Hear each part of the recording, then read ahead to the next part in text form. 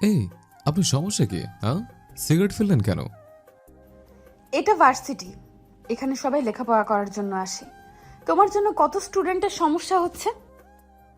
এই হ্যালো, আমি সিগারেট বিক্রি করি না, আর আমি সবাইকে সিগারেট দিয়েও আসিনি খাওয়ার জন্য। সবাইকে সিগারেট খেতে হয় না। তুমি স্মোকিং করার কারণে আশেপাশে যারা আছে তাদের ধোঁয়াতে সমস্যা হবে। নেক্সট টাইম স্মোকিং করবে না এখানে। আর স্মোকিং স্বাস্থ্যের জন্য ক্ষতিকর। আমার বাপের টাকা দিয়ে আমি স্মোকিং করি, এতে আপনার কোনো সমস্যা মিস? বাসায় বাবা মা জানে তো ভার্সিটি এসে লেখাপড়া না করে এসব করা হয়। সেটা নিয়ে আপনার না ভাবলে চলবে। গিয়ে নিজের ক্লাস করুন। আসছে আইনস্টাইনের নাতনি। বড়দের সাথে কিভাবে কথা বলতে হয় জানো না? ছোটদের সাথে কিভাবে কথা বলতে হয় সেটা আপনি জানেন না? ছোট হয়ে বড় আপুদের সামনে বসে সিগারেট খেলে কানের নিচে দিতে হয়, সেটা জানো তো? আপনি না আমার আপু, আর আমি না আপনার ভাই। তে আমাকে জ্ঞান না দিয়ে নিজের কাজ করুন। বলে আরেকটা সিগারেট নিয়ে ফারহান আপুর সামনে ধরায়। রাগে কটমট করতে করতে চলে যায়। বন্ধুরা মিলে একসাথে হাসতে থাকে। কি হয়েছিল একটু বুঝিয়ে বলে। ভার্সিটি এসে একটা ক্লাস করে বন্ধুরা ভার্সিটির বাইরের দোকানে বসে সিগারেট খাচ্ছিলাম। তখন ফারহান আপু, আমার ক্লাস সিনিয়র, আমি থার্ড ইয়ার, আর উনি ফাইনাল ইয়ার, আমার হাত থেকে সিগারেট নিয়ে ফেলে দেয়। আর তারপর কি হলো দেখলেনই তো। আমি আলামিন হাওলাদার, মধ্যবিত্ত পরিবারের ছেলে। আব্বু জব করে আর আম্মু টেইলের কাজ করে। কতটা বেয়াদব ছেলেটা। আমি তো ওকে ভালো ভেবেছিলাম, কিন্তু ভালো মানুষের আড়ালে যে এতটা বেয়াদবি লুকিয়ে রেখেছে বুঝতে পারিনি। সত্যি মানুষ দেখে মানুষ চেনা বড় কষ্ট। আমি ফারহানা, আব্বু আম্মুর আদরের একমাত্র মেয়ে। এবার মাস্টার্স শেষ করব। আব্বু একজন নামকরা টপ বিজনেসম্যান। আম্মু আমার জন্মের সময় মারা যায়। ছোট থেকে দাদির কাছেই মানুষ হয়েছে। আব্বু অফিস নিয়ে এতটাই ব্যস্ত ছিল আমাকে সময় দিতে পারেনি। তবে কোনো কিছুর প্রয়োজন হলে চাওয়ার আগেই পেয়ে গেছি। বান্ধবীদের নিয়ে ক্লাসে চলে আসি। সিগারেট শেষ করে মুখে সেন্টারফুড দিয়ে সবাই ক্লাসে চলে আসে। সব ক্লাস শেষ করে ক্লাসরুম থেকে বের হয়ে বাইক নিয়ে গেটের কাছে এসে দেখি ফারহান আবু দাঁড়িয়ে আছে। কি আপু, আজকে আপনার গাড়ি আসেনি? চলুন আমি ড্রপ করে দিচ্ছি। আমি বাজে ছেলেদের সাথে যাই না। হ্যালো, সিগারেট খেলে কেউ বাজে ছেলে হয়ে যায় না। ভালো ছেলেরা সিগারেট খায় না। তোমার হেল্প আমার লাগবে না। ওকে, আমার ঠেকা পড়া নাই আপনাকে জোর করে বাসে ড্রপ করার। বলেই বাইক টান দিয়ে চলে যায়। ফাজিল ছেলে কোথাকার। একটু পর ড্রাইভার আঙ্কেল গাড়ি নিয়ে আসে। গাড়িতে উঠে বসি। আঙ্কেল গাড়ি ড্রাইভ করতে থাকে। হঠাৎ কিছুটা পথ আসার পর আঙ্কেলকে বলি গাড়ি থামাতে। আলামিন রাস্তার ছোট ছোট বাচ্চাকে চকলেট দিচ্ছে, আর বাচ্চাগুলো ওর গালে চুমু দিচ্ছে। গাড়ির কাচ নামিয়ে তাকিয়ে আছে সেই দিকে। সবাইকে চকলেট দেওয়া শেষ হলে সবাইকে চকলেট দেওয়া শেষ হলে সবার সাথে খেলছে। বাচ্চাগুলোও খুব আনন্দ করছে। আলামিনের একটু আগে বলা কথাটা মনে পড়ে গেল। সিগারেট খেলে কেউ বাজে ছেলে হয়ে যায় না। কিছু সময় পর আলামিন চলে যায়। আমিও আঙ্কেলকে বলি গাড়ি ড্রাইভ করতে। বাসে এসে দেখি আম্মু সেলাই মেশিনে বসে কাজ করছে। আমি গিয়ে আম্মুকে পেছন থেকে জড়িয়ে ধরি। কিরে পাগল, আজ ভার্সিটি থেকে এসেই আম্মুকে জড়িয়ে ধরতে ইচ্ছে করলো কেন? কিছু লাগবে নিশ্চয়। কিছু লাগবে না আম্মু, এমনি ইচ্ছে হলো তাই। রুমে গিয়ে ফ্রেশ হয়ে আয়। আমি খুব লাকি তোমাদের মতো আব্বা আম্মু পেয়ে।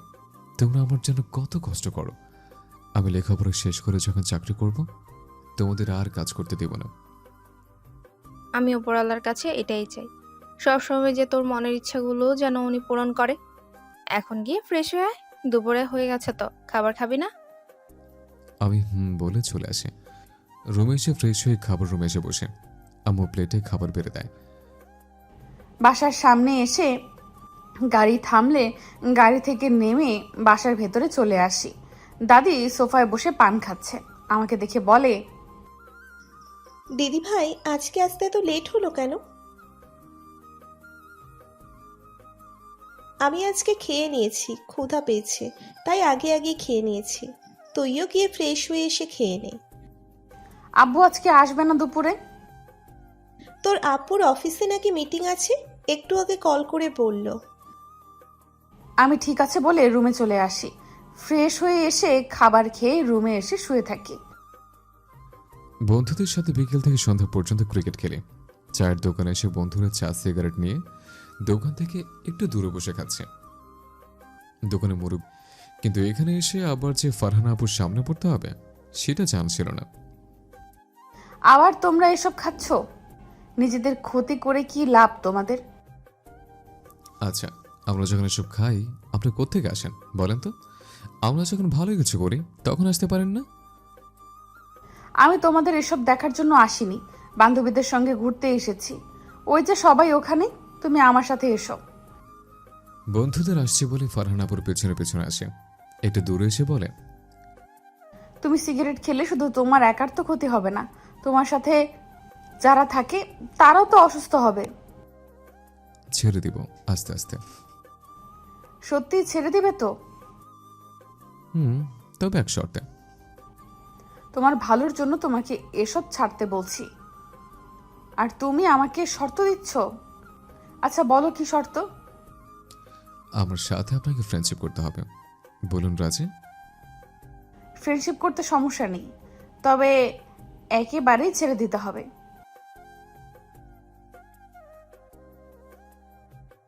এই তো, গুড বয়। আচ্ছা আমি এখন যাই, সবাই অপেক্ষা করছে। আপনার মোবাইল নাম্বারটা দিয়ে যান।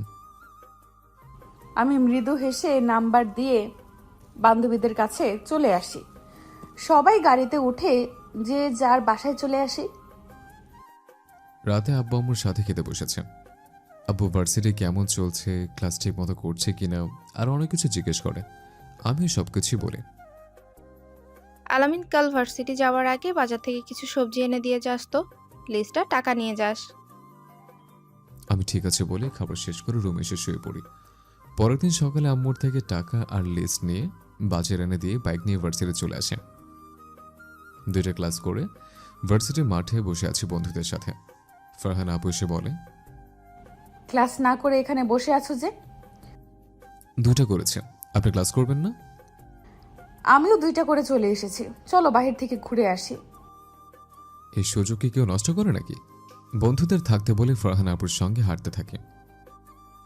বাইক নিয়ে আসবো? যদি আর ক্লাস না করো তাহলে নিয়ে আসো। আপনি ক্লাস করবেন না? ইচ্ছে করছে না আর, কোথাও থেকে ঘুরে আসি, চলো। আমি ঠিক আছে বলে বাইক নিয়ে আসি। ফারহানা আপু কাঁধে হাত রেখে বাইক উঠে বসে। শক্ত করে ধরে বসুন, পরে গিয়ে আবার আমাকে দোষ দিয়েন না। ধরে বসছি, হার্ট ব্রেক করবে না কিন্তু। আলামিন ঠিক আছে বলে বাইক টান দেয়। আমি এক হাতে ওর কোমর জড়িয়ে ধরে বসে থাকি। একটা বিলের পাশে এসে বাইক থামায়। বিলের চারপাশে অনেক রকমের গাছ। জায়গাটা খুব সুন্দর আর খুব ঠান্ডা। গাছ থাকায় রোদ নেই এখানে। দুজনে জুতো খুলে নেই। আলামিন ওর প্যান্টে কিছুটা উপরে হোল্ড করে নেয়। দুজনে পানিতে পা ভাসিয়ে বসে আছি। জায়গা কত সুন্দর না? খুব সুন্দর। তুমি আগেও এখানে এসেছো নাকি? 2-3 বার এসেছে। মাঝে মাঝে মন যখন খুব খারাপ হয় তখন আসে, মনটা খুব ভালো হয়ে যায়। মন খারাপ হয় কেন? গার্লফ্রেন্ডের সাথে ঝগড়া হলে? গার্লফ্রেন্ড থাকলে তো ঝগড়া হবে। তোমার মতো কিউট একটা ছেলের গার্লফ্রেন্ড নেই, এটা মানতে পারছি না। আমি কিউট নাকি? আর আজকাল পকেটে টাকা না থাকলে ভালোবাসা হয় না। ভালোবাসা টাকা দিয়ে হয় নাকি? ভালোবাসার জন্য দুটি মনের মিল হতে হয়। এগুলোই কথার কথা। বর্তমানে টাকা দিয়ে ভালোবাসা হয়। আপনার টাকা আছে, আপনার আশেপাশে কত ভালোবাসা ঘুরঘুর করবে। আর টাকা না থাকলে ভালোবাসা তো দূরের কথা, বন্ধু হতে চায় না। হতে পারে, আমি জানি না। আমি কখনো এসব নিয়ে ভাবিও নি, তাই জানিও না। আপনার তো ভালোবাসার মানুষের অভাব হবে না। আপনার আব্বু একজন টপ বিজনেসম্যান। সবাই আমার আব্বুর টাকার জন্য আমাকে ভালোবাসে, আমাকে ভালোবাসবে না? বলতে পারি না, আমি এসব থেকে দূরে আছি। আমার লেখাপড়া শেষ করতে হবে, এরপর চাকরি করে আব্বু আম্মুকে একটু সুখী করার ইচ্ছে, আর কিছু চাও নেই। আর পথ শিশুদের চকলেট দেওয়া, তাই না? আপনি কি করে জানলেন আমি পথ শিশুদের চকলেট দিই? গতকাল তুমি ভার্সিটি থেকে যাবার সময় বাচ্চাগুলোকে চকলেট দিচ্ছিলে, যখন আমি গাড়ি নিয়ে যাচ্ছিলাম তখন দেখেছি। মাঝে মাঝে দেই, ওদের খবর নেবার মতো তো কেউ নেই, তাই আর কি। তুমি সত্যিই খুব ভালো। আপনি অনেক ভালো। আপনার যে হাজবেন্ড হবে খুব লাকি হবে সে। সেটা সময় হলে দেখা যাবে। আচ্ছা, আঙ্কেল আন্টির কথা বললে তোমার কোনো ভাই বোন নেই? আমি আমার আব্বু আম্মুর একমাত্র ছেলে। তুমিও আমার মতো একা? তবে তুমি আমার থেকে অনেক লাকি, তোমার আম্মু আছে।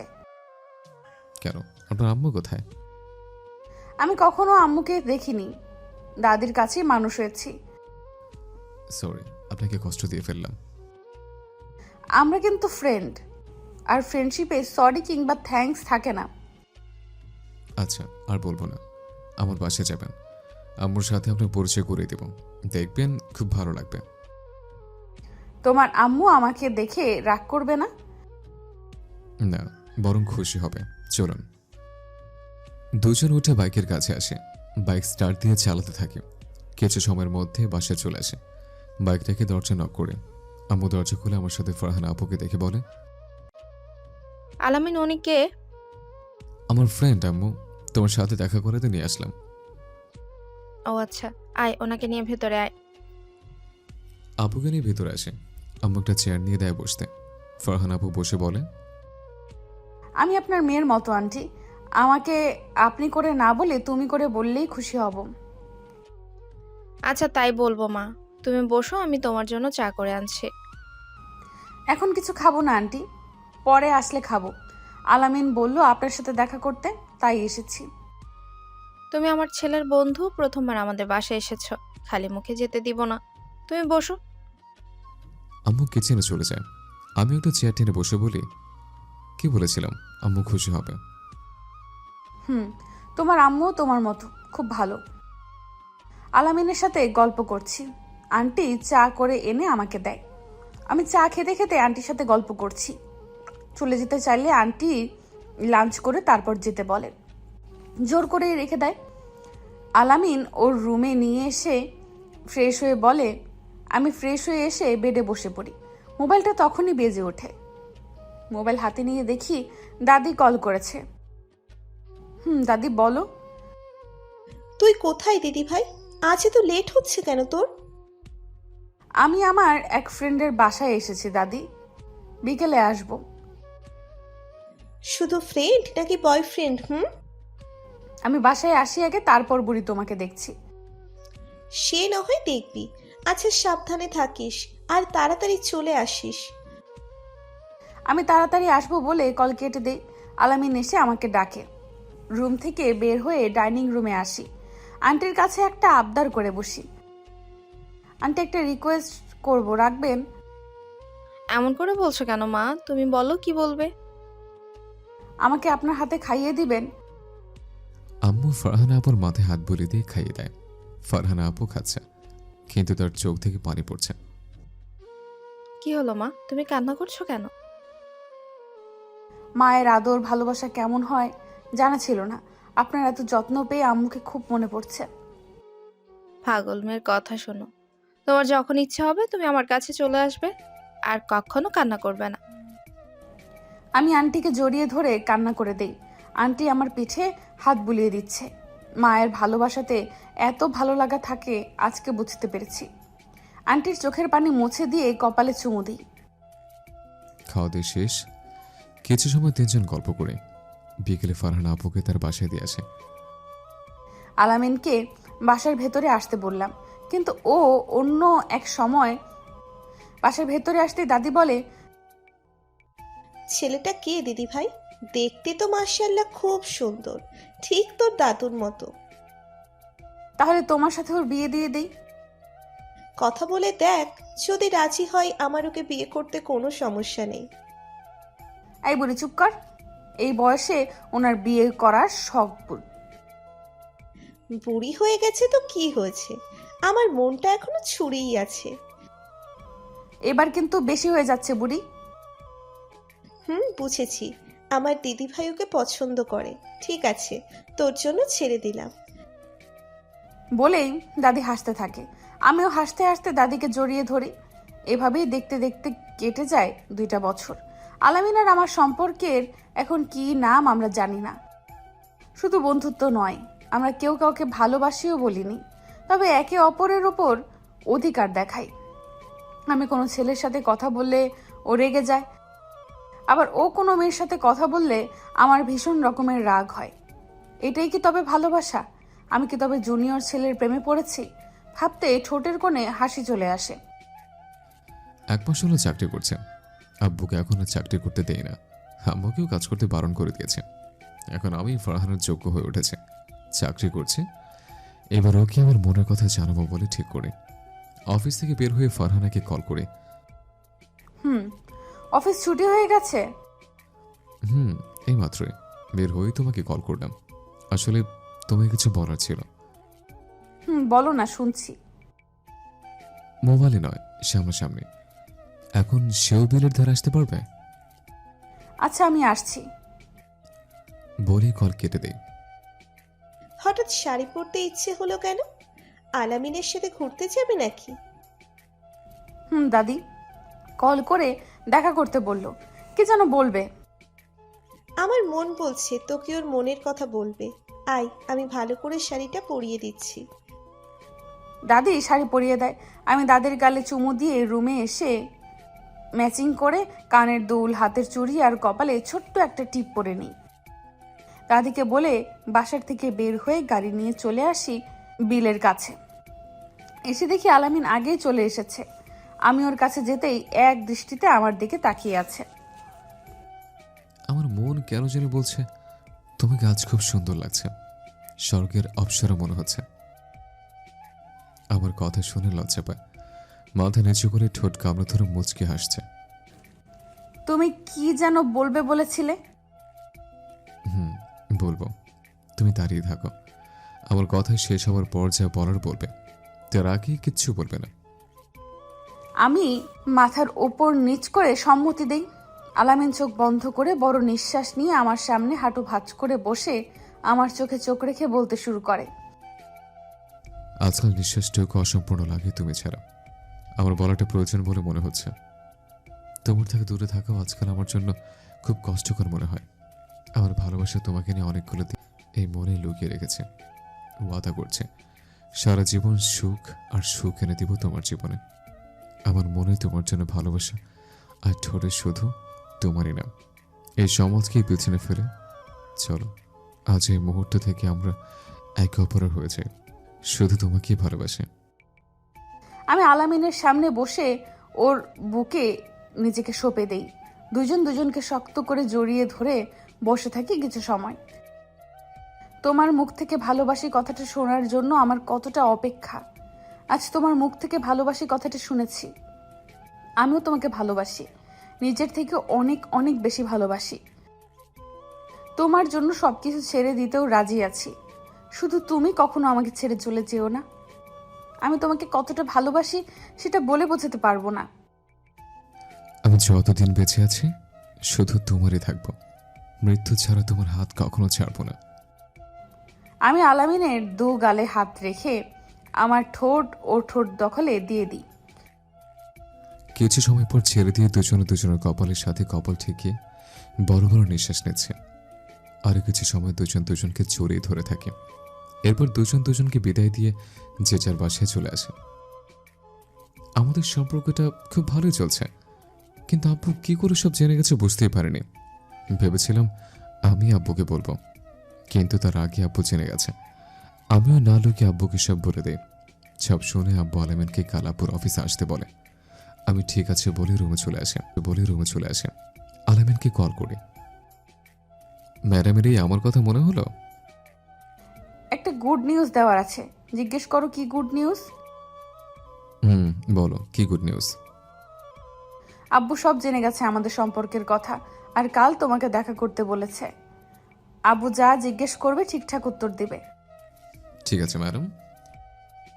আচ্ছা, আমি এখন রাখছি, দাদি ডাকছে। আমি ঠিক আছে বলে কল কেটে দিই। পরের দিন বাসা থেকে বের হবার সময় আম্মু বলে, আলামিন আজকে অফিসে না গেলে হয় না বাবা? কেন আম্মু, কি হয়েছে? কোথায় যাবে নাকি? না, কোথাও যাব না, আমার মনটা কেমন যেন করছে। কেন যেন মনে হচ্ছে তোর কোনো বিপদ হতে পারে। কিছু হবে না আম্মু। আচ্ছা, আমি বাইক রেখে যাচ্ছি, কেমন? অফিসে কল করে ছুটি নিয়ে না বাবা আজকের জন্য। মাত্র 1 মাস হলো আম্মু, এখন ছুটি নিলে কেমন দেখায়? তুমি চিন্তা করো না, আমি তাড়াতাড়ি আজকে চলে আসবো। বলেই আম্মুর কপালে চুমো দিয়ে বাসা থেকে বের হয়ে রিক্সা নিয়ে ফারহানার আব্বুর অফিসে চলে আসে। ওনার সাথে কথা বলে বুঝতে পারলাম উনি আমাদের সম্পর্ক মানবে না, আমাকে ফারহানাকে ভুলে যেতে বলে। আর যদি আমি ওনার কথা না শুনি তাহলে আমাকে মেরে ফেলতে একবারও ভাববে না। চেষ্টা করে দেখতে পারেন স্যার, আমি ফারহানাকে ভুলতে পারবো না। আর হ্যাঁ, আজকে আমি ফারহানাকে বিয়ে করছি, যদি পারেন তাহলে আটকে দেখান।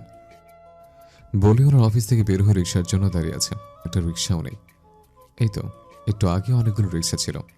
মোবাইল বেজে ওঠে, ফারহানা কল করেছে।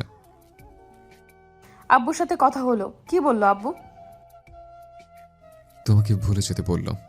আমিও বলে এসেছি আজকে আমরা বিয়ে করছি। হঠাৎ আলামিনের চিৎকার শুনি আর আব্বুর কণ্ঠে শুনতে পাই, আমাকে চ্যালেঞ্জ করে বড্ড ভুল করেছি, এবার কবরে গিয়ে শুয়ে থাক। হঠাৎ করে গুলির শব্দ শুনি, আমি চিৎকার করে আলামিনকে ডাকছি, কিন্তু আব্বু আলামিনকে মেরে ফেলেছে। আমি দৌড়ে রুমে চলে যাই। গরিব হয়ে বড়লোকের মেয়ের ভালোবাসার অপরাধে আমাকে খুন হতে হলো। আব্বু আম্মু খবর পেয়ে কান্না করতে করতে আমার কাছে আসে।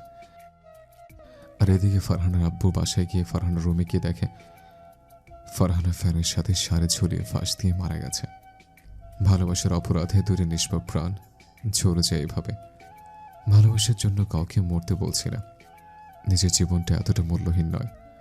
আর বাবা মাকে উদ্দেশ্য করে বলছে, ছেলে মেয়ের সুখের চাইতে টাকা কখনো বড় হতে পারে না। যদি আপনাদের জেদের কাছে হেরে গিয়ে আপনার মেয়ে সুইসাইড করে তাহলে কি পারবেন টাকা দিয়ে আপনার ছেলে মেয়েকে বাঁচাতে? এদিকে আলামিনের আব্বু আম্মু তার ছেলের লাশ জড়িয়ে ধরে কান্না করছে। আর এদিকে ফারহানের আব্বু আর দাদি ফারহানের লাশ জড়িয়ে ধরে অঝরে কান্না করছে।